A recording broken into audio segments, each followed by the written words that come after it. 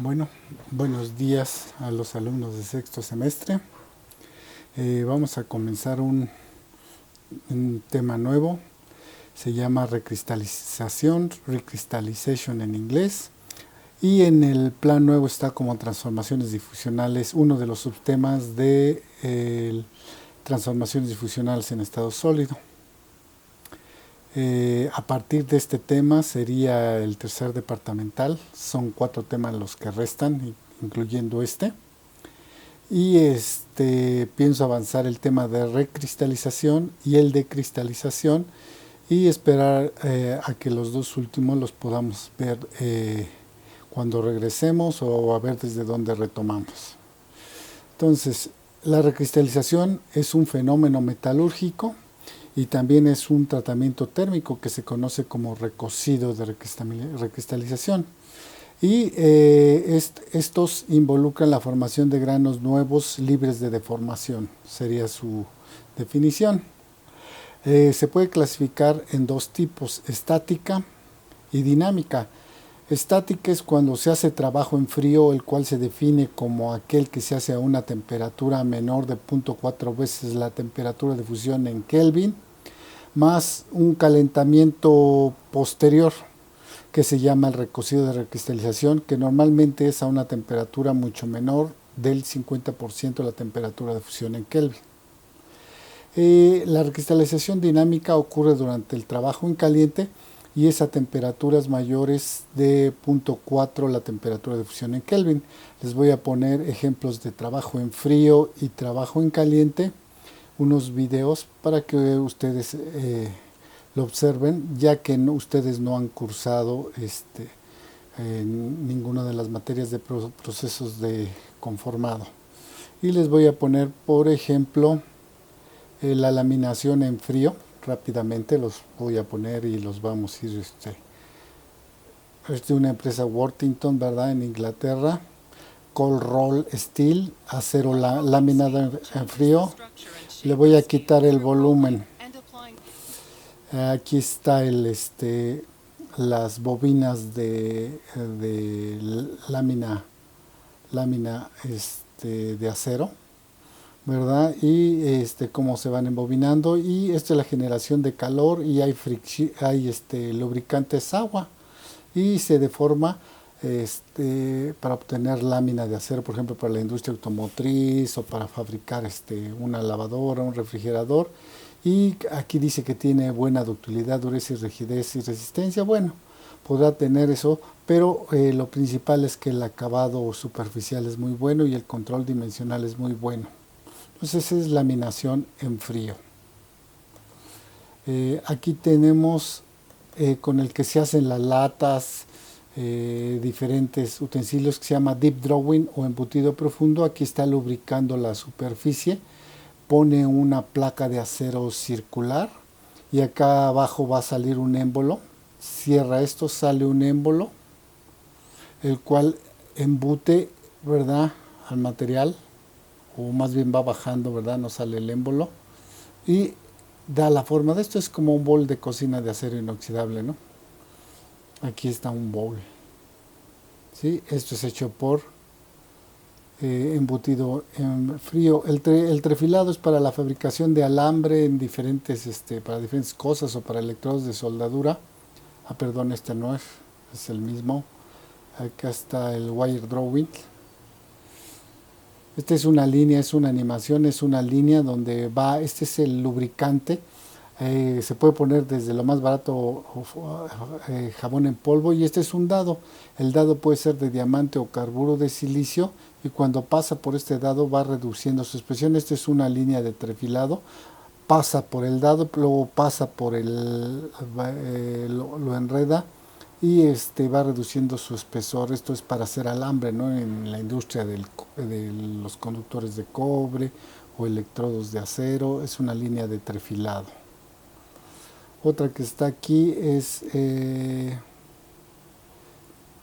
es forja en frío del aluminio, ¿sí? Son piezas de aluminio, es forja cerrada, puede haber forja abierta, ¿verdad? Se forja y se saca una determinada forma de una pieza. Esta es forja en frío para el aluminio. Aquí está unos procesos que se usan mucho en la industria metalmecánica, que es conformado en frío, diferentes procesos de conformado en frío para hacer diferentes productos, como van a ver a continuación. Es una empresa suiza.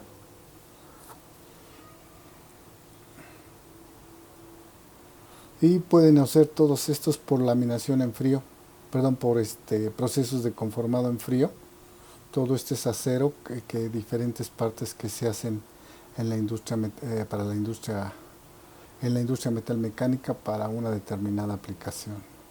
Son tubos corrugados para ensamblarse, por ejemplo, los que eran para drenaje de agua o caída de agua de un techo, ¿verdad? Aquí está, son estos discos de acero. Todo está robotizado, como ustedes ven, o automatizado, ¿verdad? Se coloca la pieza, se mete y da la forma, ¿verdad?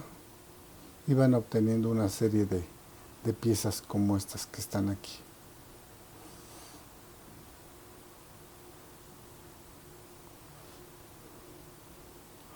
Aquí va otro. Aquí están haciendo, no es maquinado, sino es de formación en frío.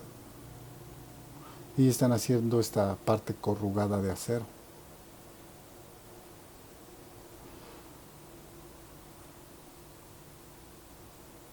Aquí va. Aquí está la parte corrugada de acero.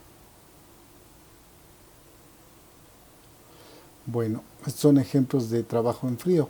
Trabajo en caliente, pues obviamente la laminación en caliente del acero o la forja, como esto que vamos a poner a continuación. Está un planchón de acero en una fosa de calentamiento, temperaturas de 1000 grados, del orden de 1000 grados centígrados. Sale el planchón, ¿verdad? La línea de laminación en caliente y pasa a través de los rodillos de laminación. Ahorita vamos a ver cuando pase a los rodillos. Este es trabajo en caliente, puede ser también la forja. Este es para obtener un perfil, un riel de algún tren, ¿sí? Se llama laminación cerrada. Pasa a través de estos 4 rodillos, o puede haber laminación abierta, en la cual no se obtiene una forma sino solo una placa. Aquí está el castillo de laminación, los rodillos, lubricante principalmente es agua, ¿verdad? Puede llevar alguna otra sustancia. Y aquí está cómo va pasando los diferentes pasos de laminación en caliente para obtener un perfil en forma de canal. Aquí lo van sacando. Sí, la principal desventaja de la laminación en caliente pues es el acabado superficial, ¿verdad? Normalmente está oxidado y el control dimensional no es tan preciso como la laminación en frío, ¿no? Pero bueno, son procesos que se complementan, no es que uno sea mejor que el otro. Y aquí está la laminación de un planchón, laminación abierta, ¿no? Las otras que vimos, esta es laminación cerrada, para obtener ya una forma predeterminada en una serie de pasos. No normalmente es un paso, o sea, viene el billet o la palanquilla y cómo se va pasando, ¿sí? Bueno, esta es laminación en caliente. Entonces, si regresamos a la presentación, entonces quedamos que la recristalización se divide en estática y en dinámica. Nosotros vamos a enfocarnos en el curso principalmente a la estática, aunque al final vamos a hablar algo de la parte dinámica. Y aquí están las etapas de la recristalización, ¿sí? La recristalización tiene 3 etapas. El grano está deformado en frío y por lo tanto está alargado, ¿sí? La primera etapa, que ocurre durante el calentamiento a una temperatura mucho menor al 50% de la temperatura de fusión en Kelvin, es la recuperación o recovery en inglés. Después propiamente la recristalización, la formación de granos nuevos libres de deformación. y luego el crecimiento de grano, grain growth. Normalmente lo ideal es parar el proceso de recristalización en el tiempo T2 para que el grano sea fino. Si ocurre el crecimiento de grano, pues él va a ser grueso. Esta misma figura que está aquí también está en su libro favorito, el Askelán, y aquí está el grano deformado. Esto que está aquí es el símbolo de perpendicular repetido muchas veces, lo que implica que tiene muchas dislocaciones. Y la primera etapa, la recristalización, el crecimiento de grano. Más adelante hablaremos de esto, ¿sí? Entonces, ¿cuál es la fuerza motriz para que ocurra el proceso de recristalización? Es la energía almacenada. ¿Y a qué se debe la energía almacenada? La energía almacenada se conoce como E mayúscula subíndice S, es stored energy en inglés. Y esta energía almacenada se debe principalmente en un 95% a la generación de defectos cristalinos, principalmente dislocaciones durante el trabajo en frío, ¿verdad? Y un 5% es de formación elástica. ¿Qué sucede durante el proceso de esta figura? También es de su libro favorito, el Askelán. Es un latón, cobre 35% de zinc. Y cuando ustedes lo deforman, entre más lo deformen, ¿verdad?, el alargamiento es mayor y la resistencia mecánica es mayor. En el momento en que ustedes empiecen a realizar el tratamiento de recristalización, en la etapa de recristalización, la resistencia mecánica cae drásticamente. Entonces, ¿cuál es el objetivo de un recocido de recristalización al formar granos nuevos libres de deformación? Pues bajar la dureza o resistencia mecánica, ¿verdad? Aquí también, como es de un latón, está la conductividad eléctrica. Dice que la conductividad eléctrica, ¿dónde está? La conductividad eléctrica disminuye. ¿Por qué? Porque se generan muchas dislocaciones y las dislocaciones contribuyen a que la conductividad eléctrica no sea buena. Sin embargo, en la etapa de recuperación, que la vamos a ver a detalle, se ocurre la eliminación de los defectos cristalinos como las dislocaciones y la conductividad eléctrica vuelve a aumentar, ¿verdad?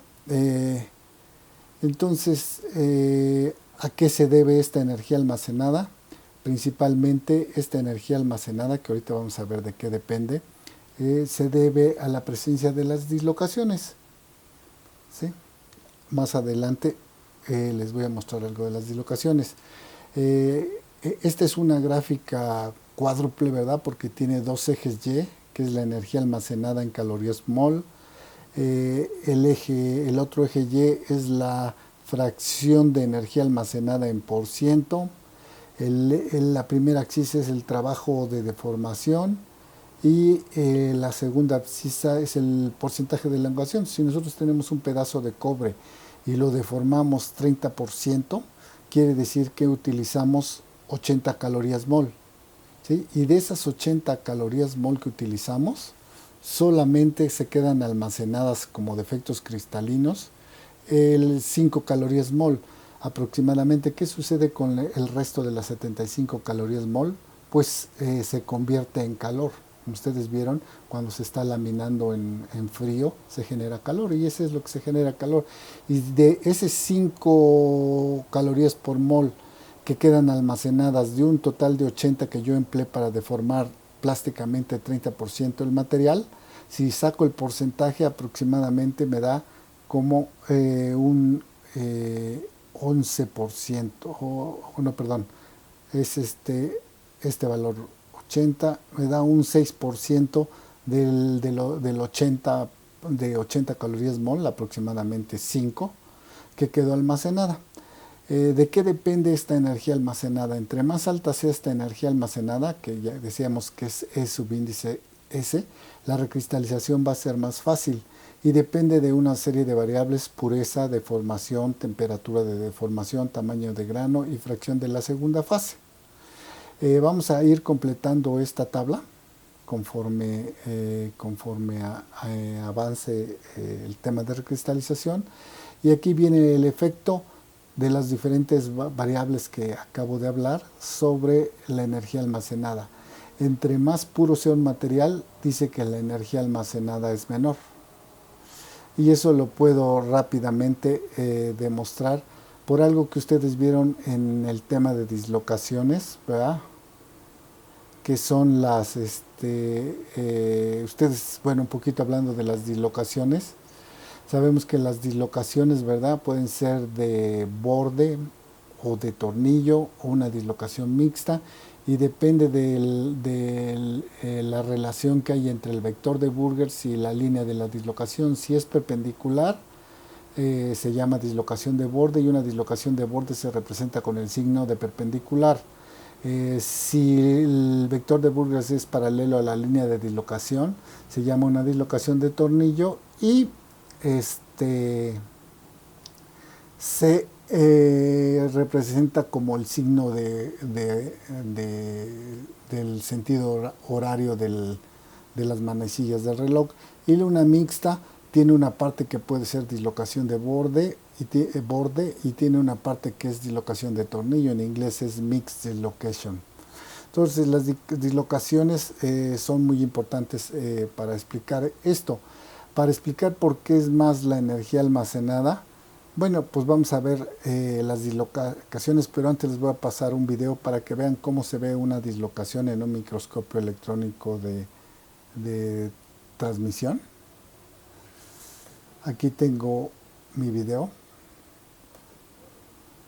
¿Sí? Me voy para acá y tengo dislocaciones. Y aquí se ve las dislocaciones. Esta es una fuente de dislocaciones, se están multiplicando las dislocaciones, ¿sí? Es más o menos por algo como vamos a ver que es el mecanismo de Frank-Reed. Estas líneas se ven en unas dislocaciones, o sea, los átomos incompletos cuando se ven en un microscopio electrónico de transmisión a unos 20.000 o 30.000 elementos, se observan las dislocaciones. Las dislocaciones no se pueden ver en un microscopio óptico. Se necesita un microscopio electrónico de transmisión, que va a ser una de las materias selectivas que ustedes van a llevar en su curso de optativos el semestre que entra. Este es el movimiento de dislocaciones también. Estas rayitas que ven, estos son dislocaciones. Después se cierran y forman lo que se llama un loop de dislocaciones, pero esta es una dislocación. Entonces quedamos que la dislocación en un microscopio electrónico se va a ver como una línea. Entonces, ¿por qué aumenta la energía almacenada cuando yo tengo, cuando la pureza aumenta o las impurezas disminuye? Tiene que ver con el mecanismo de Frank-Reed, ¿verdad? La fuente de Frank-Reed, esa es una figura de su libro el Askelan, y lo que dice es que si yo tengo una dislocación y se encuentra dos átomos solutos aquí, o dos precipitados puede ser también, la dislocación es anclada. Para que se mueva la dislocación yo tengo que estar aplicando esfuerzos de corte, un esfuerzo que va en esta dirección y otro esfuerzo que va en esta dirección, provoca que la dislocación trate de moverse, la dislocación se va moviendo, pero como está anclada aquí se empieza a curvar.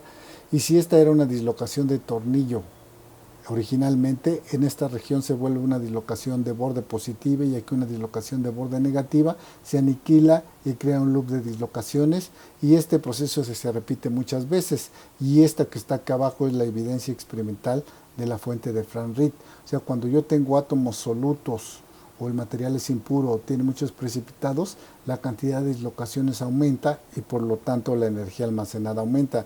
Entonces pusimos que la pureza, entre más puro sea o menos átomo soluto tenga, la energía almacenada disminuye. La deformación es fácilmente observarla en esta.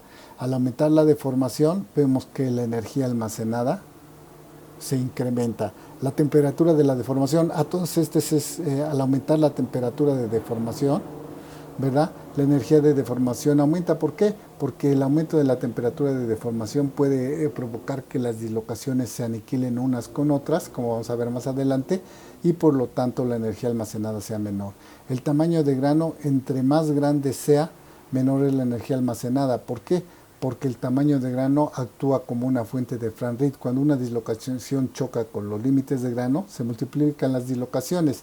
Es decir, al disminuir el tamaño de grano, aumenta la energía almacenada o viceversa lo que tenemos aquí. Y ya explicamos que la segunda fase, pues entre mayor sea la cantidad de la segunda fase, la energía almacenada aumenta.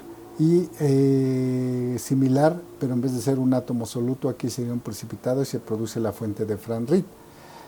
Aquí está para que vean, ¿verdad? Este es un material de aluminio, parece que es aluminio, ahí dice, bueno, le ven, y se ven granos equiaxiales, entre más lo deforme, el grano se va viendo más alargado, y llega un momento en que tiene mucha deformación, que los granos no se distinguen, se ven como una línea, y este es el proceso de deformación, y el proceso de recristalización, pues involucra tenerlo muy deformado y que luego ocurre el proceso de recristalización. Olvidé pasar un video del proceso de recristalización. Es algo real. Es la recristalización del aluminio vista en un microscopio óptico. Está aquí. Recristalización de aluminio, y está muy deformado el aluminio, que no se ve el grano, y conforme empieza a recristalizarse empiezan a formar granos nuevos y unos ya empiezan a crecer, unos ya están muy grandes. Esta zona tarda más en recristalizar porque es la parte del centro y no está tan deformada como la que estuvo en contacto con los rodillos de laminación. Si la vuelvo a poner por acá, ustedes pueden observar.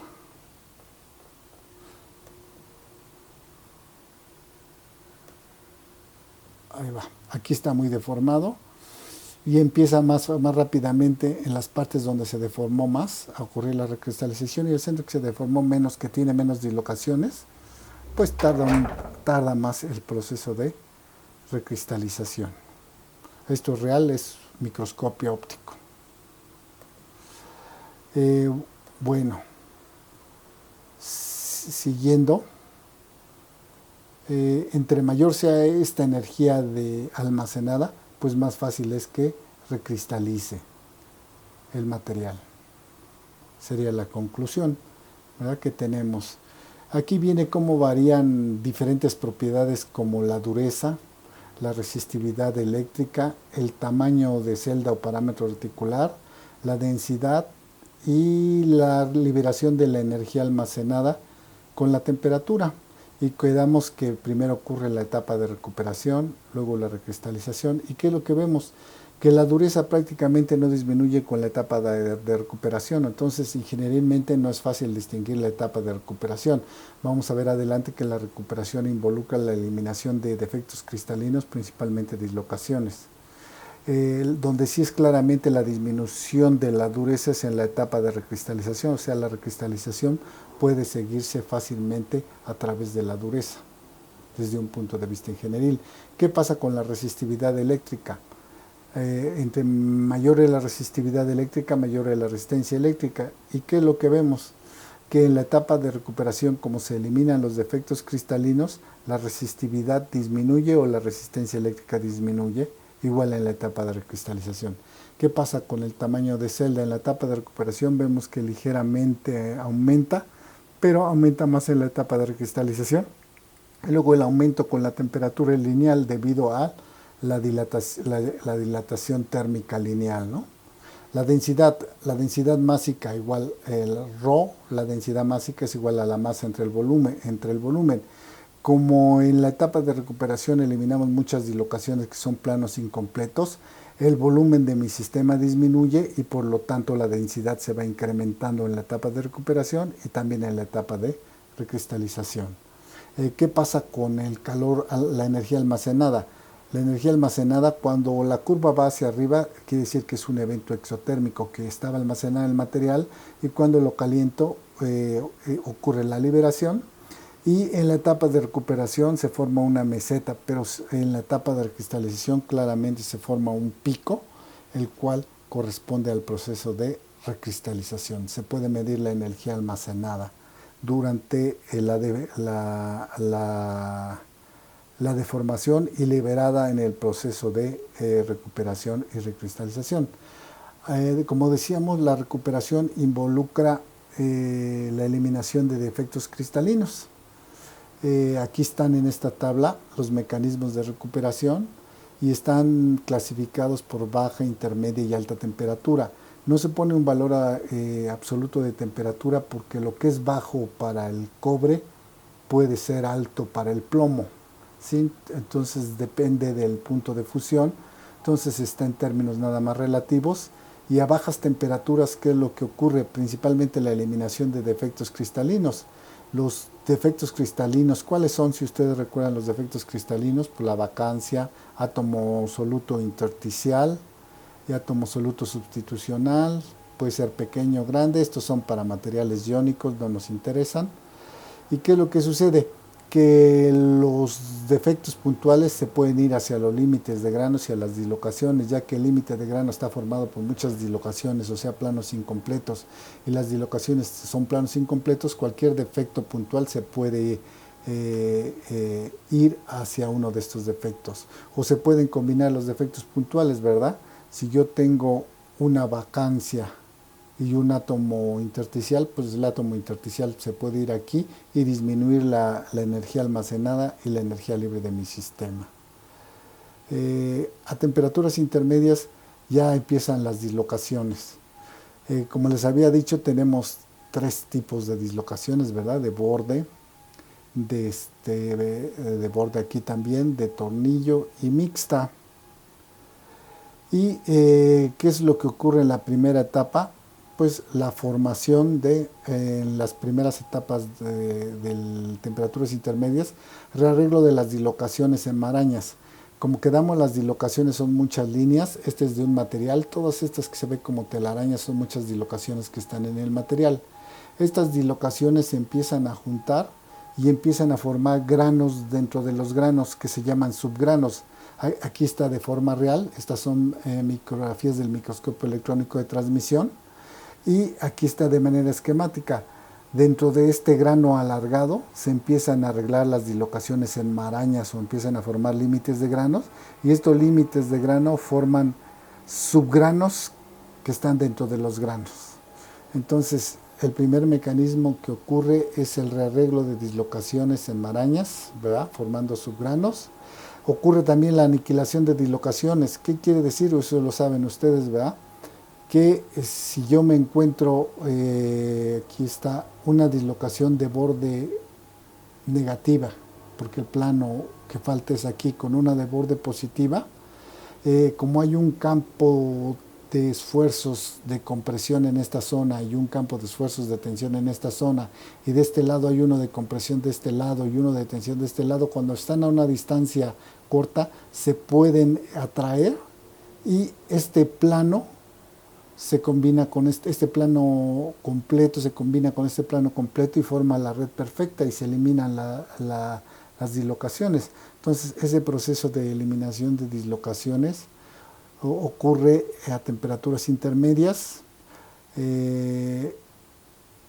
Lo que sigue es el crecimiento de subgranos, ¿verdad? Se forman los subgranos.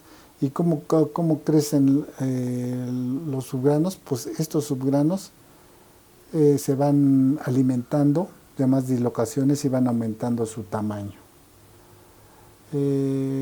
Perdón, es al revés. Ya en las tapas de alta temperatura, ¿qué es lo que sucede? Se llama el ascenso de dislocaciones o trepado de dislocaciones. Este ascenso lo muestro esquemáticamente aquí, ¿verdad? ¿Qué es lo que sucede? Si yo tengo una vacancia y esta vacancia se mueve y pasa a ser parte, y este átomo brinca hacia la vacancia, ¿verdad? Si se acerca a la vacancia y el átomo brinca hacia la vacancia, la dislocación se mueve hacia arriba, o la dislocación puede bajar. Esto se llama climbing en inglés, ¿verdad? De dislocaciones, o ascenso, descenso o trepado de dislocaciones. ¿En qué me ayuda? Que si yo tengo una dislocación de borde en este lugar y una dislocación de borde en este lugar, si va ocurriendo el trepado o el descenso de la dislocación, puede llegar un momento en que estén a una distancia y se puedan juntar y eliminar la dislocación y formar una red perfecta, ¿sí? Al moverse estas dislocaciones. Esto es a alta temperatura y se requiere la presencia de vacancias. Eso es el ascenso de dislocaciones. ¿Cómo es la coalescencia de subgranos? Quedamos que los subgranos son granos que están dentro del grano, como estos. Están granos dentro del grano, y los subgranos son límites de grano de ángulo pequeño, o sea, el límite de la desorientación entre este grano y este grano es menor a 15 grados, y basta con que cualquiera de los granos o los dos giren tantito y se tenga la misma orientación para que este límite del subgrano desaparezca y se forme un subgrano más grande. Esto se conoce como la coalescencia de subgranos. ¿Qué es lo otro que puede ocurrir? La poligonización. ¿Qué es la poligonización? Bueno, la poligonización también la tengo representada aquí. Y este era un monocristal originalmente rectangular, sin estar curvado, y se sometió a flexión. Al someterse a flexión se curvó y se generaron muchas dislocaciones de borde. Este es el símbolo de la dislocación de borde de perpendicular. Cuando se calienta en la etapa de recuperación, estas dislocaciones se alinean y esto ya no es un monocristal, sino dentro del monocristal se forman muchos subgranos. Esto se demostró experimentalmente que podía ocurrir y lo tengo aquí en un monocristal hierro-silicio. Se sometió a flexión y encontraron muchos puntitos. Estos puntitos, detrás de ellos hay una dislocación, o sea, estas son micrografías de microscopio óptico. Yo solo les dije que las dislocaciones solo se pueden ver en un microscopio electrónico de transmisión y no en óptico. Pero ¿qué es lo que sucede?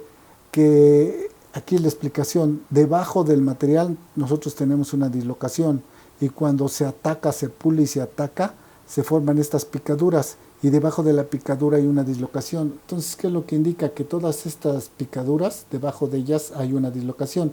Cuando se calentó por 1 hora a 850 centígrados, se empezaron a alinear, ¿sí?, las dislocaciones, y a 1 hora a 1060 grados centígrados se observa claramente el fenómeno de poligonización, ¿verdad? En el cual ya lo que era un monocristal quedaron formados diferentes subgranos y esto contribuye a la eliminación de defectos cristalinos. Entonces, ¿qué es la recuperación? Pues la recuperación básicamente es la eliminación de dislocaciones, ¿verdad?, de diferentes maneras, lo cual hace que la energía almacenada disminuya. Entonces, aquí voy a parar esta parte del video para continuar con el tema de la segunda etapa, que es la recristalización.